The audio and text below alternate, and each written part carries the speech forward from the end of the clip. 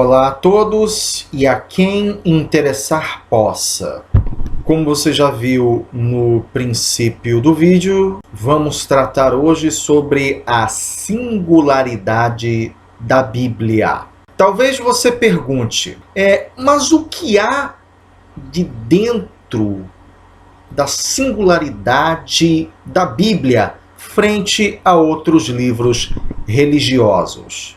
A resposta é muito simples. A Bíblia tem sido o livro mais lido do mundo, traduzido em mais de 2.000 idiomas, levando-se em consideração também idiomas de origem local, ou seja, idiomas aborígenes, tanto de índios quanto, enfim, de aborígenes da Austrália, da África, das Américas, dentre outros.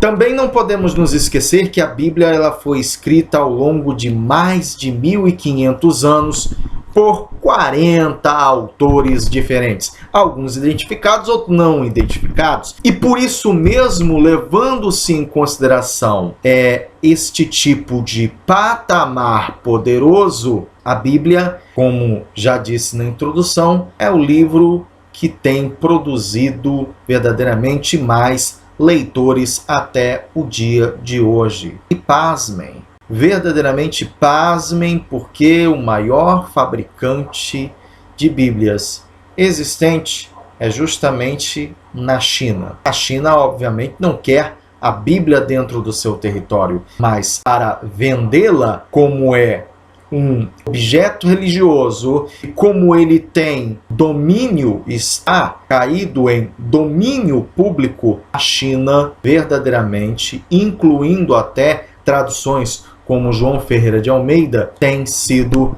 verdadeiramente exportadas para todas as partes do mundo. E basicamente a Bíblia ela continua tendo essa singularidade forte, verdadeiramente um titã em termos de audiência, obviamente de leitores.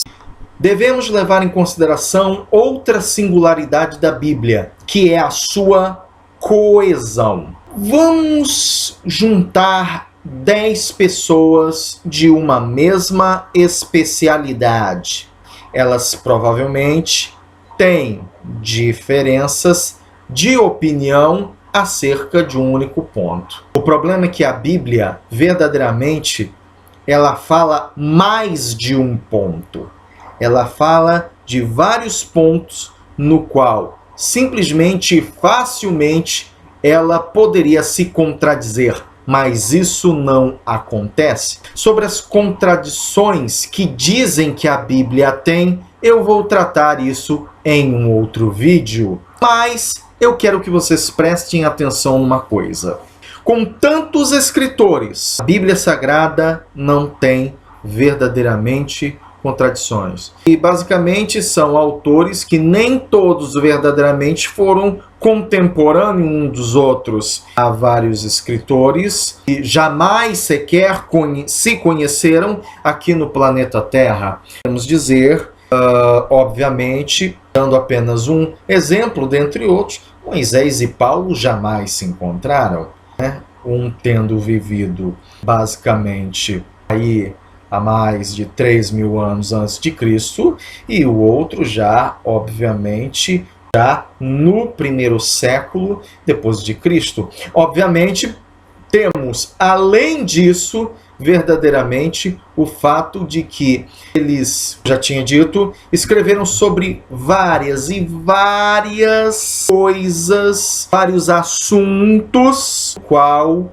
verdadeiramente poderia haver diferença de pensamentos. Na verdade não, a Bíblia ela consegue ser coesa em pensamentos, muito embora o nível intelectual dos seus autores fosse diferente um do outro, o nível social fosse diferente um do outro, e até mesmo o nível econômico fosse diferente um do outro. Sim, temos a singularidade da Bíblia verdadeiramente comprovada na sua própria coesão. Ok, talvez você pergunte, o que significa esta singularidade e seus efeitos frente à vida real? O que temos, enfim, de prático nas Escrituras e como essa singularidade ela funciona dentro do nosso contexto sociológico? Primeiramente, temos que saber que a Bíblia ela foi, ao longo do tempo, amada e combatida. O que é verdadeiramente muito estranho.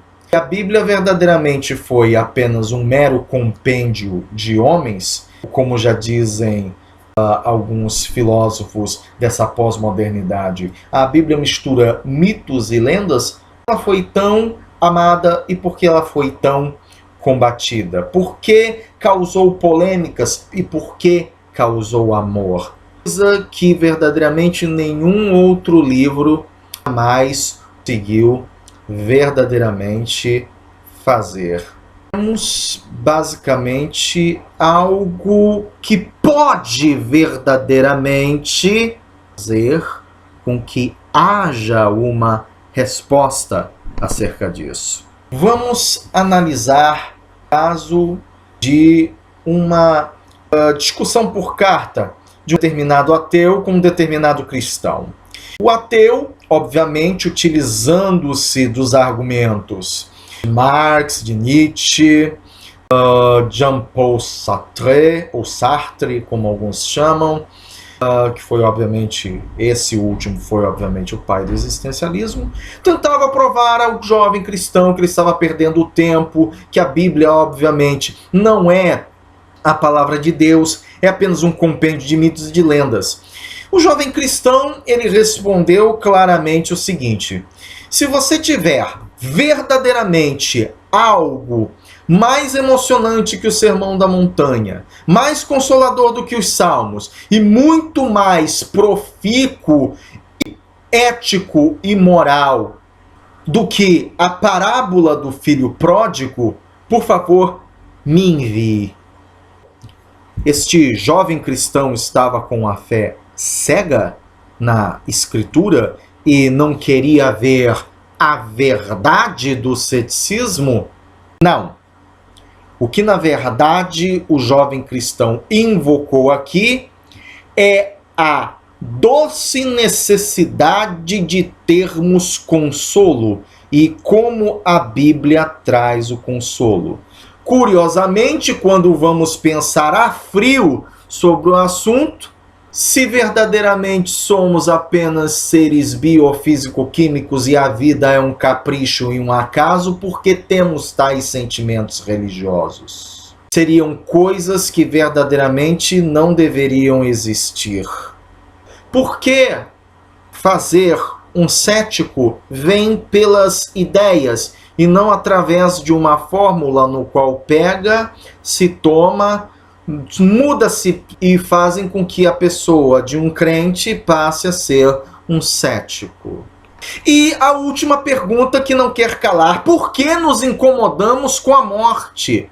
Porque mesmo ateus como Voltaire caíram em desespero e em pranto quando perceberam que a morte estava se aproximando dele. Como um ser biofísico-químico, ele não deveria aceitar o final de sua vida de uma maneira fria e absoluta? São esses tipos de perguntas que nos fazem entender como a Bíblia ela é e consegue verdadeiramente atingir o coração do homem. Porque, afinal de contas, se o coração do homem é apenas um capricho de uma natureza que criou o universo ao acaso, por que temos sentimentos religiosos? Bom, e com essas perguntas eu termino esse vídeo dizendo a vocês: reflitam apenas sobre isso. A singularidade das Escrituras e a singularidade do que ela faz no nosso próprio coração e existência. Até o próximo vídeo.